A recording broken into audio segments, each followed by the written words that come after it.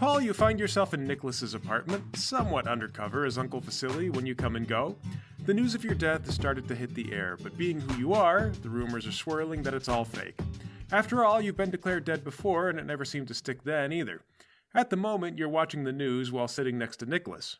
One thing you have in common is a Spartan lifestyle and marriage to your job, so Nicholas only has one bowl and one spoon, which he has to wash between uses. Right now, he's eating cereal out of that bowl, so you're drinking cereal out of a coffee mug. That's probably my idea. You are a man of solutions. Then the news declares, coming up next, we'll be sitting down with the crew of Unstoppable Industries to get a handle on recent events. Is Kimon really dead? Has Mercury been defeated? If not, what are his motives? And is your family safe? Stay tuned. That's slimeball Lowry. I gotta see how he decided to handle all this. Nicholas says, do they have a plan for if you die? And there's always a family compensation package, but Rudy didn't like to think about what would happen if he had to move forward without someone. As he saw it, you were his responsibility, and he had the power to keep you safe.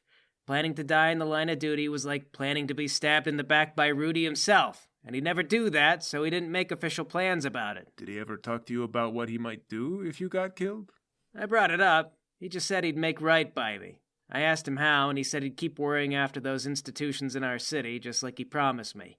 He also said he might worry after my son. I told him not to. Howard's too soft as it is, and me dying will be enough to make him happy. He doesn't need some big cash payout. Rudy said he wasn't gonna help him. He was just gonna worry after him.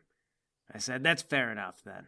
Speaking of your son, they say they picked up heat stroke, but no real word on Howard.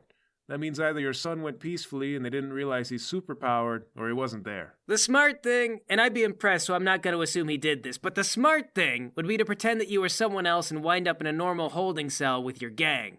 Then you bust out, scatter in every direction, and see who made it later. You can't agree to meet because if someone got caught, there's a chance they'll flip and reveal the meeting location. But when you start to rebuild and that demon logo gets around the city, you'll find each other. More likely, though, Mercury just has another nest. There was some warehouse I was looking at earlier. There might be more of his goons there. They're the dominant gang in the city right now. Fabricator did a bit of work for them, but they cut him out of the picture a little while ago. I think that's why he was willing to help you out. Of course. The guy replaced whatever part of his brain that feels affection towards people. We're all just numbers on a spreadsheet for him. Your program comes back, and Paul, Denny Bluthers, the host of the aptly named show that airs at night, walks on stage to the greeting of his band. Hello, ladies and gentlemen, have we got a fantastic show for you tonight? And I always promise this, but this time I really mean it. Really.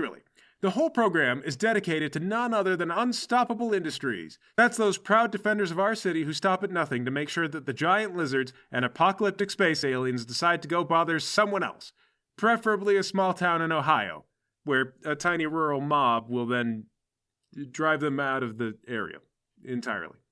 And after that humiliation, they just don't come back. So, joining me tonight are Freeze Frame, Flux, and Kimon, the Slayer of Men. And Kimon, when you walk on stage, the crowd goes wild.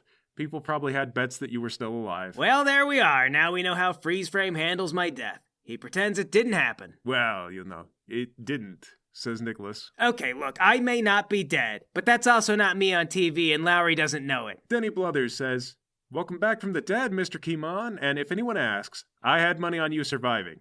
The Kimon on TV says, did anyone not have money on me living? I mean, come on. If you shot me into the sun, I'd come right back, on fire, and still kick your ass. I totally would. That's gotta be Light Show. He's really good at copying people. Heck, TV Kimon goes on. I'd like to see them try it. Go ahead, build a rocket. I love when my enemies waste their resources. Denny Bluthers replies, I suppose you can just stand there and let them shoot you until they run out of ammunition.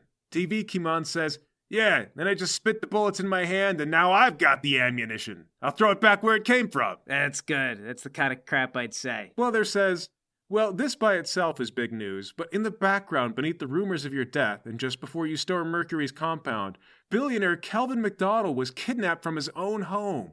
We're told his wife went to Unstoppable Industries for help, and here he is right now. Kelvin McDonald walks out to applause. They made it sound like Lowry rescued him. His wife paid the ransom, though. Nicholas says, I know, Kimon, I was involved. I know you were involved. Sometimes I just like to hear people say out loud that we're on the same page. It feels like I'm constantly fighting just to gain a consensus on the plain facts in front of my eyes. Denny Bluthers says, could you tell us a little bit about how that went down? Yeah, Denny. So you're probably well aware of how Mercury brought a tragic end to this nation's favorite superhero. New Jersey Delphia's very own Captain Momentum. The crowd boos and cries out, "Ah!" Well, he's the way that all supervillains are. If they're opposed to anything, it's the peace and order of this country. The most typical kind of villain that you'll see is some sort of insecure megalomaniac who thinks that they have a better way to run your lives than you have to run it yourself. In fact, this is Flux. He's our tech genius and research guy. Yeah, hi, that's me. He's still a little shy, but what we think Mercury's main goal is to take over the city, or perhaps the whole nation, and make it into a sort of villainocracy, where he alone gets to dictate how society is going to work. Bluthers says, Kimon, you know the villain mind better than anyone. In fact, when Captain Momentum was pursuing a pardon for you, he pointed out that many of your supporters were swayed because you provided bailouts for small companies or paid off some amazing medical debts. But before we get into that, I'd like to make it clear that Mercury has been a lot less philanthropic than Kimon ever was. And for that matter, that what Kimon was doing was in many cases racketeering. TV Kimon says, well, yeah, of course, it was villainy. I mean, of course, we ran a few rackets. But what you have to understand is, if the systems in place can't protect or help people, that creates gaps and weaknesses. I can stick a little pry bar in there and pop the city open like a clam. Just like that. He's getting too real. Nicholas says, excuse me? That sounds like something that you would say. You can't say that stuff on TV, and not on a talk show. It's too heavy. You can barely say it in political theater and get away with it. You have to talk candy or blame somebody. Denny Bluthers says, you know, a lot of times when you open a clam, you hope to see a pearl. And not to insult New Jersey Delphia, it is a great city. But when I open the clam in New Jersey Delphia, I expect to see, a dead squirrel. Or maybe a gum wrapper. TV Kimon says, or a used condom, maybe. Bluthers says, how did a used condom get in the clam? TV Kimon says, look, New Jersey Delphia clam's gotta work too. Don't shame the clam. And the crowd laughs. That's a good recovery. I tell that stuff to Light Show. You don't say it to Denny Bluthers. The bottom line is, Mercury is deeply invested in the city's clams. And he apparently has a lot of notes on how they do their work. The crowd laughs. Bluthers says, I guess now we know where the condom came from. But okay, research guy. Have you done enough research to tell us where Mercury is now?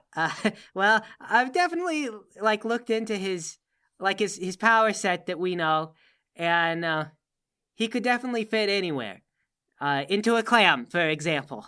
Bluthers says, you're suggesting he might be inside the condom inside the clam. Well, I mean... I don't know who wants to check, but... He can get into the groundwater or the sewers, and so knowing for sure where he is or if he's dead or not is pretty tricky until he shows up and we see he's still alive. Kimon, is this just a villain thing? Is this just a villain thing? TV Kimon replies, it's something all the good villains do. You know, the bad villains die, so you're not going to hear about any stuff from them. Bluthers says, so it's a survivorship bias thing. That is 100% correct. Normally we catch a villain or know exactly what happened to them. It's these weird cases that become extremely notable and difficult to deal with. And of course, that's also why we exist in the first place. It takes a considerable amount of resources for the FBI to try to do this work. But you guys are more efficient, though? Yeah, we're a smaller, private industry. And since we're driven by a profit motive, we can't really be wasteful, and we get things done more efficiently. You know, it's for the business. Okay, well, what's something that you do that the FBI doesn't do? Like, how would the FBI become more efficient if they wanted to be like you guys? Well, for one thing, they could not be working under politicians. The crowd laughs. Easy target. But the FBI has a very broad set of crimes that they need to focus on, while we're very narrowly focused almost entirely on supercrime. But it seems like the FBI might have more broad data to work with, you know, on the whole, and that would allow them to... Okay. For example, some villains like Mercury require a bespoke solution to deal with their powers. The FBI has a broad procedural approach to this kind of thing, but we can tailor our focus to these specific villains. In fact, for Mercury, our tech genius, Flux, has prepared a special prison suit. Yeah, actually, we can demonstrate this for everyone. Can we bring that out? The onesie is rolled out, and everyone gathers around it. Bluthers asks, may I touch it? Sure, go ahead. He picks it up. Oh, not like that. I'm kidding. Oh, you just about gave me a heart attack there. What's it do? Does it explode? It looks like a onesie. A very big onesie, but still. Yeah, I call it the, Online Neutralization and Entombment System Interface. Okay, so that is That spells onesie. Yes, but it's not a onesie. It's a very sophisticated piece of technology. Okay, so how does it work? Well, it has an online interface, or like Bluetooth, you know. That's why I called it the online neutralization. Oh, it's turning into a ball. Okay, is that normal? Did I do something, or did I break it? No, it's supposed to be a ball before you throw it. Normally, it's a ball. Okay, so it's supposed to be a ball. That's good. Working so far, I guess. Yeah, and then I think there's supposed to be was there a mannequin or something? There was one. Yeah, we've got a backstage. mannequin. Hold on, let's bring it out. And they wheeled a mannequin out on stage. Okay, so all you have to do is just throw the ball at the mannequin. He underhand lobs the ball towards the mannequin, and it sails right over it. The ball lands and rolls off stage. Bluthers says, "Okay, I think I did it wrong." Oh, that's all right. See, it's tuned to Flux's supersuit. So he can just hold out his hand, and it'll fly right back to him. Oh, will it? Yeah, it will. Flux opens his hand, and the ball flies straight to it from wherever it was. Okay. Here you go. Try again. Bluthers says, "You want me to try again?" Well, it's your show. I already embarrassed myself enough, though. Nobody wants to see me do that again. Why don't you throw it? Oh, well, Because Kimon is our throwing guy. Denny, if you could go ahead and hand that thing to Kimon, he pretty much can't mess with it. Oh, right, yeah. It goes to Kimon. TV Kimon takes the ball, then chucks it at the mannequin. Splut! It immediately spreads out, covering the entire mannequin and closing up around it. There you are. No escape. Denny Bluthers says, "Wow, that is amazing. Now, does this work to preserve food? Could I get some of this stuff to put around, say, like a Christmas ham, and then I could just put it in my fridge?" Well, certainly, but I mean, it might be the most expensive Tupperware dish that you ever save a ham with. Really? How much does it cost? Oh, just all the money. All of it? Well, a lot of it. I thought you guys said this was more efficient. Well, it's reusable technology, and of course the advantage for us as a private company is that we can patent this and sell the design afterwards, so it'll pay for itself. Oh, for you, but I guess not whoever else has to pay for it. Does this thing have breathing holes? Well, Does it the not? problem is that mercury can turn into a fluid, so the design has to be watertight at least, so it's not gonna It's made of a dilatant polymer weave. It does allow some air through, but trust me, you wouldn't want to have this tested on yourself. Does Mercury need oxygen while he's liquid metal? I don't believe anyone has tested that, except maybe Mercury himself. Now, of course, we do always do our best to make sure that any villain we capture is done so humanely and safely for everyone. But supervillains are a little more volatile and less predictable than other people. It's kind of up to them to not be in a position where we have to use these kinds of restraining techniques, but unfortunately Mercury has chosen what he's chosen. He's chosen to be wrapped up in a gimp suit with no air holes. They say you have to be a little crazy to be a supervillain. First the city's clams, and now this. We'll save those clams, we'll save everybody, all thanks to our tech genius Flux. Yeah. You know, I've been telling him he's really got to patent and sell more of his ideas, but he's got that superhero itch and is really just focused on the needs of the city. Well, you know, that's true. The whole reason I got into being a superhero is because, you know, protecting people is the most important thing. And I that's why I'm making inventions. Right, sure. Honestly, after working with him for a while, I don't know why Flux is in the superhero business at all. I can't figure out his convictions, what pushed him into this job. You know, it was probably his mother. She probably told him to be a superhero and he couldn't say no. Denny Bluthers says, "All right, well, we can see how you'd catch Mercury, but let's talk about some things that happened leading up to this point. Now, Kelvin McDonald here, you were kidnapped, straight out of your own home, I'm told." Kelvin nods and says, "They practically walked right in." Bluthers asks, "Didn't you have your own bodyguards? Do you hire your own super people to protect you?" McDonald replies, "Well, I've looked into it, of course, but the problem is super people generally want to be contracted and kept on retainer. And where it comes to the issue of defense, as Unstoppable Industries can tell you, every threat is a little different." That's right, it is a constantly evolving process. Right, so you hire a man with super speed, and he gets outfoxed by a man who can turn invisible. So then you hire a man who can turn invisible, and he gets disabled by a man who can find and attack his mind with psionic abilities. At the end of the day, it just makes more sense to hire a normal security team and carry it out as normal. Bluthers says, "Right, and what kind of powers did the guy who kidnapped you have?"